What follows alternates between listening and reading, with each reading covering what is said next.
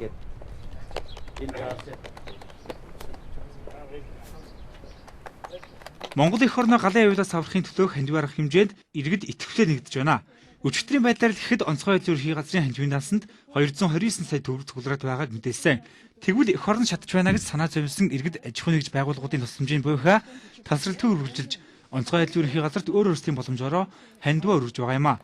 Тухайлбал өнөөдөр ТV-с телевиз болон зуны мэдээ саний уран бүтээлчид нийгмийн хариуцлагаа ухамсарлаж нэг өдрийн цалингаа хандивууллаа.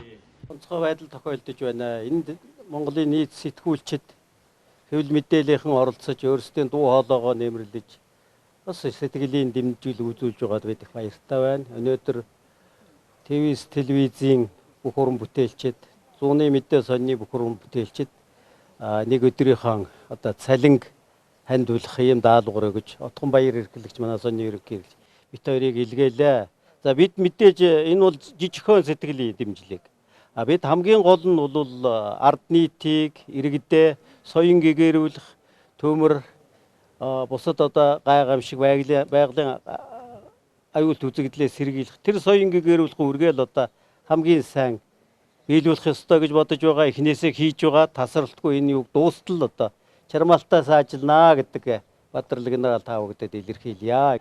Та бүхний өгсөн энэ тусламжийн асуудал тусламжийн тайланг та бүхэнд бас тодорхой хугацааны дараас боддороос тайлангж хөрвүүлнэ гэсэн бас ийм бас зорилттой байж байгаа. Ингээд та бүхний хамт олонд энд хүрэлцэн ирж амжаагүй манай Монголын нийт хэвлэл мэдээллийн төлөөлөгч нартай, за Улаанбаатар цахилгаан цогцлын нийт одоо 1800 албан хаагчтай, за манай КП дөрвөлөгчдийн клубын болон бусад бүх телевизийн хамт олондоо Монгол Улсын засгийн газрын нэрийн өмнөөс, Монгол Улсын ерөнхий сайдын нэрийн өмнөөс, Монгол Улсын шадар сайдын нэрийн өмнөөс болон онцгой байдлын ерөнхий газрынхаа нийт хамт олон аварч галс сурнагчдынхаа нэрийн өмнөөс та бүхэн дахин талархснаа илэрхийлээд та бүхний цаашдын амжилт хүсье. Монгол өнөөдөр галт түймэртэй тэмцэх хангалттай техник хэрэгсэл алга байна. Тодорхойлбол уулын оройд гарсан түймрийг унтраах тусгай зориултын онгоц нисдэг зэрэг байхгүйгээд техникийн асуудлаас шалтгаалan цаг алдаж эх орон шатж байна. Иймээс онцгой байдлын ерхий газар иргэдээс суулсан хандивын мөнгийг тусгай зориултын онгоц худалдаа авах зориулна гэдгийг илэрхийллээ. Ийхүү эх орноо галын аюулаас аврах гэсэн иргэдийн халуун сэтгэлийн хандивын буйхаа үргэлжилсээр байна.